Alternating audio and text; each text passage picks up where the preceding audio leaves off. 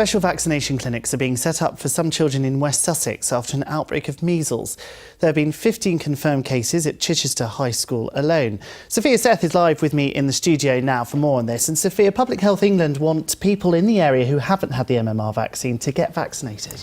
Yes, that's right, Ed. Tomorrow there will be a community clinic in Chichester for pupils in the wider area, and already all pupils at Chichester High School who didn't have the MMR jab as a baby have now been offered the vaccination. Now, back in the 90s, there was concern about the links between the MMR vaccine and autism. GPs say this prompted many parents not to get their children vaccinated at the time, which is now a cause for this outbreak. Many parents were quite concerned about getting their children vaccinated and thought it was safer not to be vaccinated. So, this is why it is occurring, particularly in school-age children. If you go back to people in their 20s and 30s, most had separate vaccines and were vaccinated and therefore are protected. Sophia, this isn't the only rise in measles that we've seen this year, is it?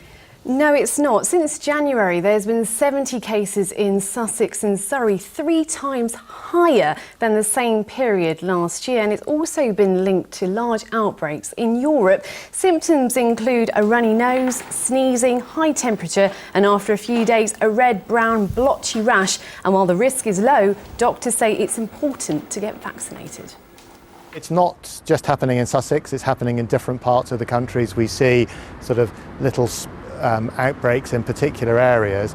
My advice is it is better to be vaccinated than not to be vaccinated. The risks are much greater if your child isn't vaccinated. So I'd encourage all parents to have their children vaccinated against all the diseases that we do in childhood.